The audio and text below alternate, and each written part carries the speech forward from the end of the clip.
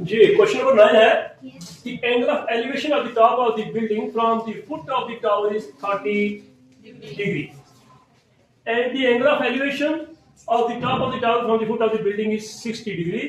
If the tower is 50 meter high, find the height of the building. एक tower है, एक building है, एक टावर है, एक बिल्डिंग है. एंगल जो बनता है from the angle of elevation of the top of the building, जो बिल्डिंग पर बनता है. एक बिल्डिंग वहां है, मान लो यहाँ टावर है, बिल्डिंग के ऊपर जो बनता है एंगल वो 30 का बनता है. 30 का एंगल नीचे होगा, वहां से जो बनता है वो काफी ऊपर बनता है, 60 का बनता है ना. दो है, एक टावर है 50 मीटर एक दूसरे से अवे हैं. ये मान लो यहां पर टावर है. अच्छा, कौन सा ऊंचा होगा, क्या आप यहां से बता सकते हो ऊंचा कौन सा होगा? 60 डिग्री वाला, जिसके टॉप पर 60 डिग्री बनता है ना, वो ऊंचा होगा. ठीक है, तो फिर मैं ऊंचे वाला उस साइड बनाता हूँ टावर. क्या बनाता हूँ? टावर बना दिया मैंने, ये टावर बना दिया, बन गया टावर. क्या बन गया? Tower is 50 meter high, 60 degree का एंगल इसकी टॉप पर बनता है. एंगल ऑफ एलिवेशन यहां कहीं से कि अब मैं बताता हूं ये कहां है. मैं बताता हूं आपको ये कहां पर. क्या मैं यहां बना दूं उसको? बना दूं. तो यहां से एंगल कितना बनेगा देखो जरा. ये 30 का बनेगा. टावर पर बनना कितना चाहिए? 60 का. ये बात है ना. तो बनाने का तरीका, ये 60 है तो इसके हाफ जितना यहां पर. ठीक है, यहां से ऊपर 60 होगा, उधर 30 होगा, इधर 60 होगा, 90 बनेगा ना. यानी जितनी ये हमने ली ना, मैंने कल भी आपको एक तरीका बताया 45 का बनाने का. तो ये 60 है तो इससे बिल्कुल आधे जितना यहां बना दो. ठीक है, यहां पर है वो टावर, बिल्डिंग यहां है, इधर नहीं है. इधर बनाएंगे तो एंगल छोटा हो जाएगा. थोड़ा मैं इधर लेता हूं, बस यहां तक ले सकता हूं. 60 डिग्री का एंगल जहां से बन जाए उसके आपके भी. ये है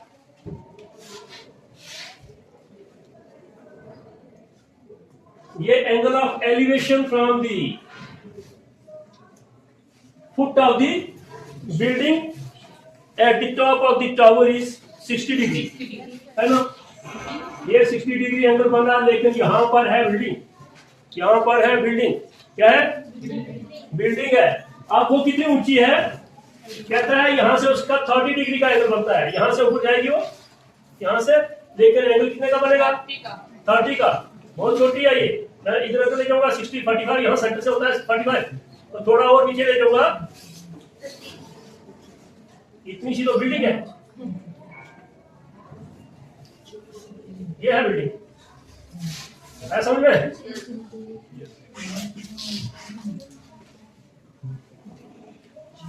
ऐसे अगर आपने बनाई होगी ना शक्ल, तो ये सूट करेगी कि ठीक है आप यूं बना दो जी बिल्डिंग, यहाँ ऐसे अंदाजे से बना रहे, एंगल बन जाएगा, वहां से वहां 30 का बन जाए, यहाँ 60 का बन जाए.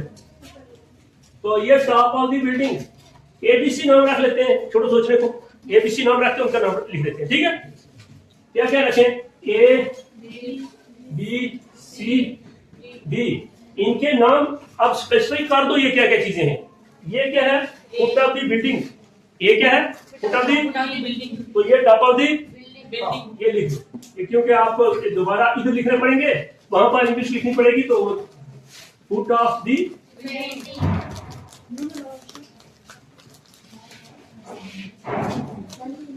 ये क्या है? Foot of the tower. ये क्या है? फुट ऑफ दी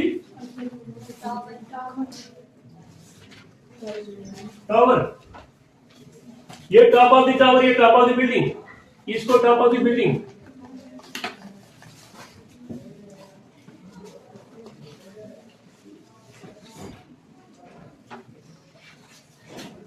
और इसको टॉप ऑफ द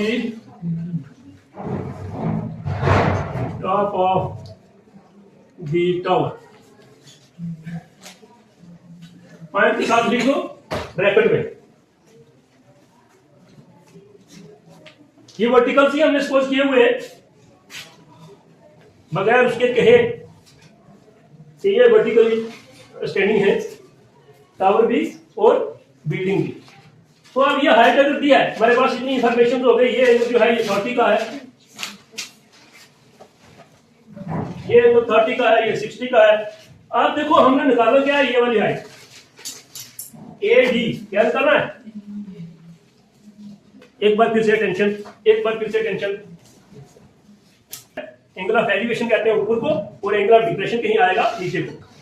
तो एंगल ऑफ एलिवेशन जो बनता है 60 का बनता है, और angle of elevation of the top of the building from the foot of the tower is 30 degree. ठीक है, ये दी हुई है, ये हमने फाइंड करनी है। कैसे पहुंचोगे राइट एंगल ट्रायंगल्स हैं दो हमारे पास।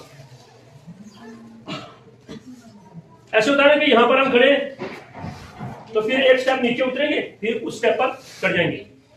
कभी कभी ऐसा होता है ना, उधर भी अगर ऐसा ही तेज है, एक स्टेप नीचे उतरते हैं, फिर आप आगे से ऊपर चढ़ जाते हैं। यहां से फाइंड करूंगा मैं ये वाला बेस, यहां से ये फाइंड कर दूंगा हाइट, इस हाइट से फाइंड करूंगा बेस इस ट्रायंगल का भी है, ये बेस दोनों का कॉमन है। उस ट्रायंगल से, बड़ी ट्रायंगल से ये बेस निकल जाएगा, और जब बेस निकल जाएगा, ये इस छोटी ट्रायंगल का बेस है तो यहां से हाइट निकल जाएगी। हाइट से बेस, बेस से हाइट।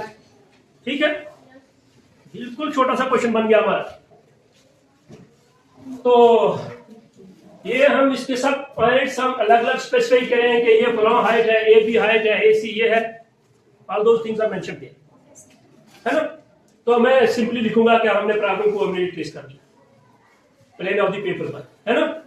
तो पेपर पर ऐसे लिखते हैं ना, काफी बार ऐसे दिखा सकते हो ना। हाँ, we have traced the given problem on the plane of paper as shown in. ठीक है, ये लिखते हैं।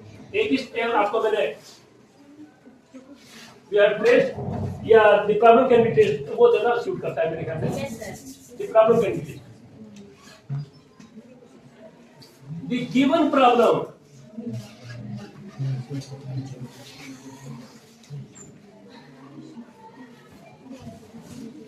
can be traced on the plane of paper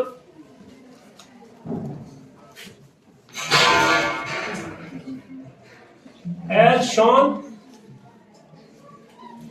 in figure। नाम रखें या ऐसे कह दें in figure 9.1.9, क्वेश्चन नंबर 9 है ना। हाँ, इसका इधर भी लिख दो, फिगर 9.1.9। तो अब इस फिगर को लेके चलेंगे। हमने कहा ये, उसको तो हमने इस फिगर में स्पेसिफाई कर दिया, तो अब फिगर को लेके, हाँ very good. From the figure दो ट्रायंगल्स हम कंसीडर करेंगे। From the figure consider triangle A B C पहले। क्यों, कैसे मुझे पता चल गया मैं ए बी सी ले लूं? बताओ जरा मुझे, क्यों मैंने ए बी सी ले ली, दूसरी क्यों ली मैंने? जब मैं जल्दी जल्दी वहां कैसे पहुंच गया? बेवकूफ बनाने के लिए है? हाँ, फिर ओ भाई, मुझे पता है यहां पहुंचने के लिए मैंने कहा पहले एक स्टेप नीचे उतरना, फिर ऊपर ऐसे उतारना। तो मुझे पहले बेस पता होगा, तो यहाँ पर ये निकाल। तो बेस निकालने के लिए मुझे बड़ी ट्रायंगल में जाना पड़ेगा। मैंने देखा कि अगर बड़ी ट्रायंगल को मैं पकड़ लूं तो ये इस एंगल के सामने वाली साइड परपेंडिकुलर मौजूद है, तो बेस निकल जाएगा। जब ये बेस मौजूद हो जाएगा तो परपेंडिकुलर निकल जाएगा। पहले मुझे बड़ी ट्रायंगल पकड़ के क्या निकालना है? बेस। ठीक है, ये हमारी मजबूरी है कि पहले पकड़नी वही ट्रायंगल है जहां से बेस एक साइड वाली निकल जाए। ठीक है, हाँ। Consider triangle A B C, A B C. आप जो साइड, मैंने आपको एक और चीज बताई थी, वैसे आप लिख सकते हो परपेंडिकुलर दो साइड इसकी जो है, ये साइड और ये साइड, जो एक अननोन है एक नोन है, ये दो लिख सकते हो आप कहीं भी डिनोमिनेटर और न्यूमरेटर डिनोमिनेटर में। लेकिन मैंने आपको बताया था कि एक स्टेप आपका छोटा हो जाएगा। कैसे? कि आप लिखो पहले जो हमने फाइंड करनी है, कौन सी? ए बी, डिनोमिनेटर में दूसरी लिखो। ठीक है, हाँ। तो कौन सी लिखेंगे हम? A B upon B C. A B upon A B upon B C कौन सी रेशो बनती है? T ratio. ये कौन सी? Base upon, very good. कौन सी रेशो बनी? कॉट। एंगल कौन सा? एंगल 60 डिग्री का। ये साइड में लगी base upon perpendicular, cot 60 degree. हाँ, वो तो उसकी वैल्यू लगाएंगे। पहले इसको क्रॉस मल्टीप्लाई कर लेते हैं। A B equal to B C into cos, which implies A B is equal to B C into cot 60 degree. आप इसकी वैल्यू निकाल दो, बी सी की 50 डिग्री या 50 मीटर इंटू कॉट 60 की क्या वैल्यू बताई आपने? 1/√3। Very good, 1/√3। ये हुई ना बात। बस डिनोमिनेटर में हमारा रूट है, इसको रेशनलाइज करोगे √3 से ही। √3 है ना, √3 से ही रेशनलाइज करोगे। न्यूमरेटर में √3 आएगा, इसमें से रूट खत्म हो जाएगा, 3 बचेगा। 3 ये डिवाइड नहीं करता है मुझे, चलिए जो भी आता है तो आएगा 50√3/3। इस पास से रूट खत्म हो गया। फिर से देख लो, रेशनलाइज करोगे √3 से √3 रूट कैंसिल हो जाएगा, स्क्वायर बनेगा तो ये 3 आ गया, ऊपर √3 साथ आ जाएगा, दैट इज ऑल। तो ये एक साइड हमारी निकल गई बेस जो ए बी। अब ए बी हमारे पास नाउन है, ए बी अननोन है, ए बी निकल जाएगी। अगेन इन ट्राइंगल, दूसरे वाले आप छोटे वाले ले लो। कौन सी? A B D. A B D. A B D में एंगल है हमारे पास बी वाला। कितना? बी कौन सा? कितने डिग्री का? हाँ, तो हमने कौन सी साइड निकालनी है? निकालना क्या हमने, कौन सी साइड निकाल लिया? परपेंडिकुलर। कौन सी साइड है यहाँ पर? क्या नाम है उसका? एडी निकाल लिया। ए बी हमारे पास है। अब ए बी है ना, हाँ, तो एडी निकाल लिया तो एडी लिख दो यहाँ, AD upon A B. AD upon A B तो इज इक्वल टू साइड कौन सी बनी है? Perpendicular upon base. Perpendicular upon base कौन सा होता है? टेंजेंट कितने डिग्री? नहीं, डिग्री कितने? 30 डिग्री। वो छोटे वाले ट्रायंगल का एंगल बी है ना, जिसके सामने ए बी परपेंडिकुलर है। दिस इंप्लाइज, फिर cross multiplication, A B is equal to A B into tangent 30। A B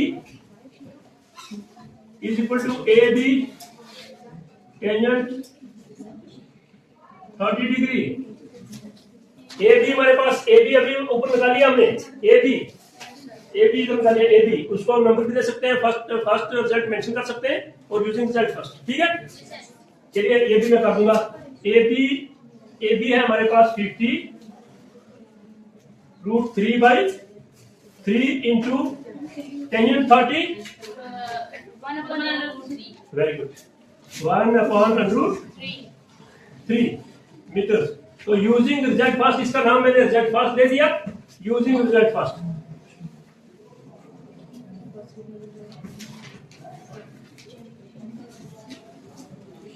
यानी ए बी की वैल्यू हमने कौन से निकाली, which is further equal to, यही लिख दें। अब कैसे? अब √3 कैंसिल हो गए, कैंसिल। तो 50/3, 50 बाई कितना आ जाएगा? 16.50/3 meter is equal to A B is the height of the building. Therefore, height of the building A. Therefore, yeah, that is height of the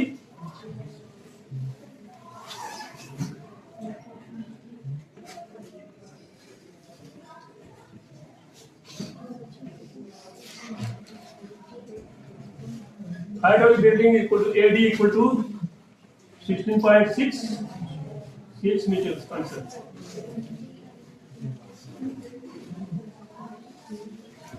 $50 metre tower था, 60 मीटर बिल्डिंग है। कैसा है? Easy है मुश्किल?